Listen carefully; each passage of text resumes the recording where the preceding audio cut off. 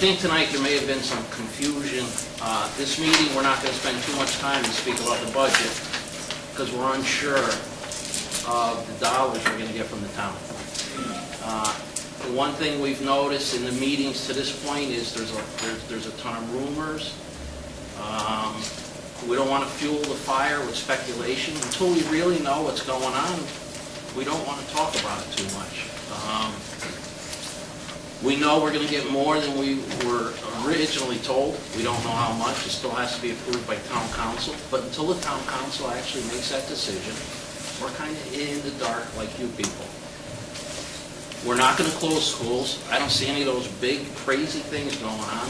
But to be honest with you, this process over the last month, in my opinion, is turned in some ways nasty and divisive. And at this point, there's no need to fuel it. We don't know the number. There's no sense in sitting around here kicking around ideas and things to cut until we know what we have to do. So I was going to turn over to Tony. I know he had some things to say in the last part that he didn't get a chance. First of all, I think it's taken us about 10 years to build new initiatives in this town. And when I came up here, the district was stripped of all remediation, no ESL support, no literacy aids. We implemented all that back. Where the rumor came that would be stripped did not come from this Board of Education, did not come from the superintendent. It was a suggested line item to cut, not the entire budget for paras, but to reduce the special ed paras by $80,000. I explained that at Board of Finance. I explained it to the board. Mary helped me explain it. It's not an acceptable cut. So don't start a panic about you not being here next year and all that. Our program's going to be affected. Of course they will be. But the first things we look at usually is not so much the existing programs that we have a track record that we know work, but maybe we'll postpone some of the new initiatives that we had on the deck for next year. Is it moving forward? Probably not, but we're not going to go backwards either. So I want to get that out.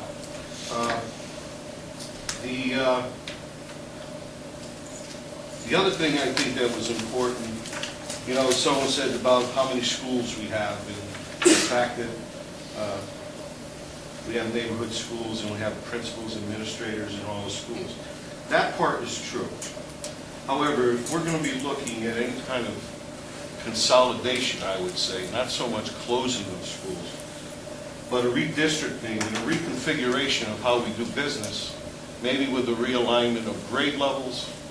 However, in our existing buildings, as they stand right now, we would have to have a long-term plan as to where we're going to get these classrooms from if we want to reduce the amount of buildings. There's only so many classrooms in a building. Almost all of them are occupied except for, I think, one or two, and people found a home in those classrooms. And I believe that same classroom in Milwaukee will be filled next year because of the enrollment. But I think a reconfiguration is the way you have to go. But it has to be planned out. You have to remember, a few years ago, I tried to change the starting time of Carbone School. This room was as full as this. You know, people do not welcome change very much in East Haven. However, to run things status quo costs money. And every year that line item on the bottom, our bottom line, goes up. It goes up by the percentage of increase, the percent of increase in oil, percent of increase in salaries. So unless you do things differently, that number is never going to go down. So if we're going to be looking at proactive decisions, we need to have a plan, not for this coming September, but for 2-3 years down the road, where people are expecting the change, they're comfortable with the change, and we have the facilities to accommodate it. You know, it seems like we run from election to election, and our decisions are based on that. And we can't do that anymore. If we're going to fix the problem that we've identified in East Haven, we have to set committees to have long-range planning. And we haven't been able to do that. So I think that's an initiative that we need to take on next year. We need to look at it.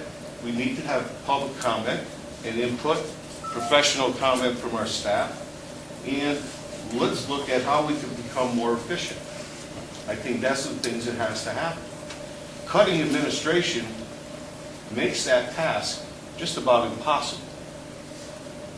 Okay, and we will be the ones that are going to be making those decisions and crunching those numbers.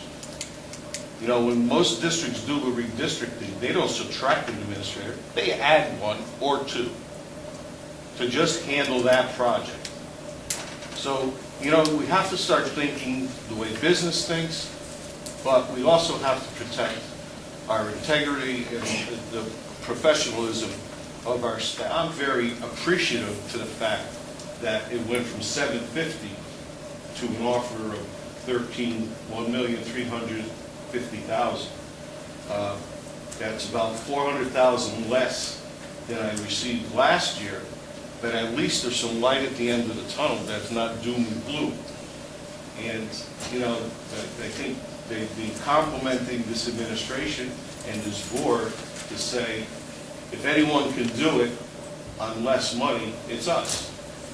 Because I think we have a track record of not squandering money, of getting more for less, and providing the best services we can for our students in East Haven.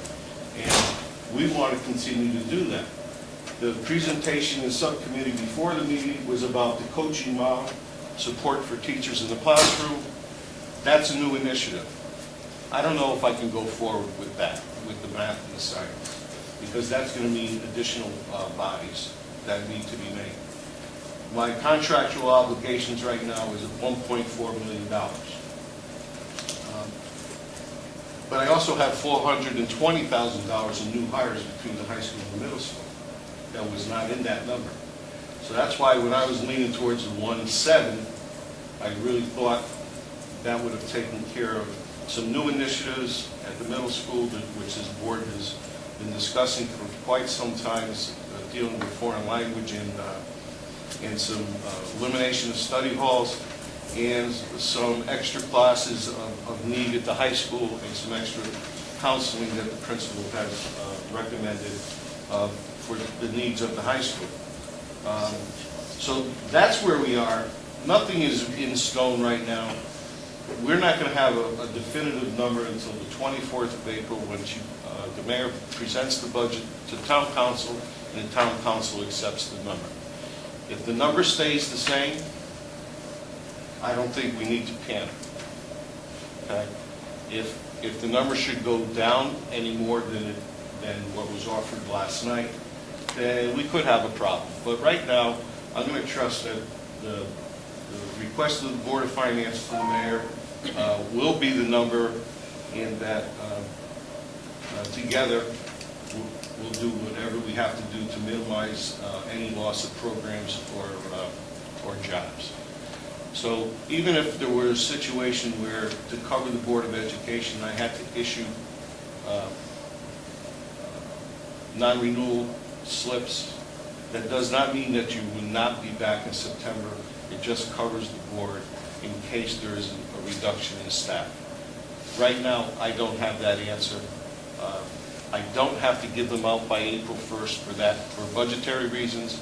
I could give them right up until the end of the year, whenever the teachers get their teaching assignments. I would prefer not to do that at all. Never mind wait until last minute where a teacher may think that they're not going to have a job next year. So if there's any reduction in staff, it's going to be because classroom size has gone from maybe 3 first grades to 2 first grades. We can reduce a classroom, or if, for instance, in the high school, we go by student enrollments by their course selections, and if some courses do not fill, you may wind up with a person that winds up with a schedule that's not full or non-existent at all. So, if the reduction goes down in the high school and there's overstaffing, that may be a possible reduction in staffing.